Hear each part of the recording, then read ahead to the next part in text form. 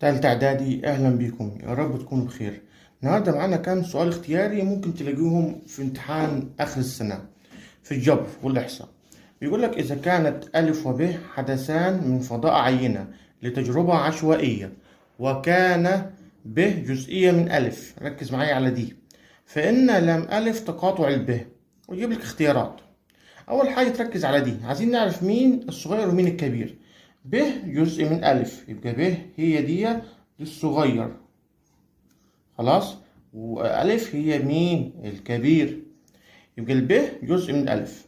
خدها قاعدة، الصغير بيبقى فيه تقاطع، أما الكبير هو الاتحاد، الكبير هو الاتحاد. يبقى هنا التقاطع في الصغير، يبقى الصغير ب، يبقى التقاطع هنا اللي هي لام ب، خلاص.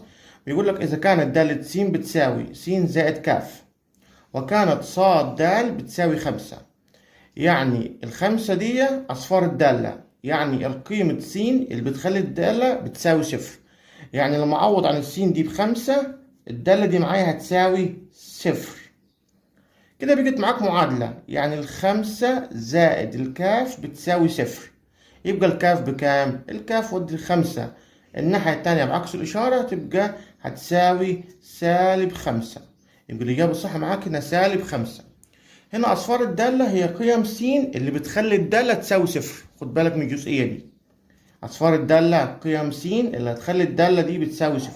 فاحنا هنا شلنا السين حطينا مكانها الخمسة وسويناها بالصفر، اتكونت معادلة بتحلها وتجيب قيمة الكاف. رقم 3، منحنى الدالة ص بتساوي أ س تربيع زائد ب س زائد ج يقطع محور الصادات. ركز معايا في الحتة دي، في النقطة نقط. أول ما يقول لك يقطع محور الصادات، هنا هنكون له نقطة، هنكون نقطة.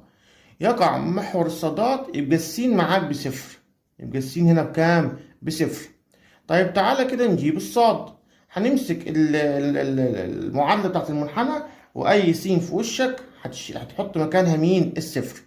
صفر تربيع بصفر، صفر في ألف خلاص دي تعتبر كلها راحت. هنا نفس الكلام، صفر في ب بصفر، يبقى كله ده معاك راح. هيتفضل لك مين؟ هيتفضل لك الجيم، يبقى الصاد هتساوي الجيم، يبقى صفر وجيم اللي هو الاختيار ده.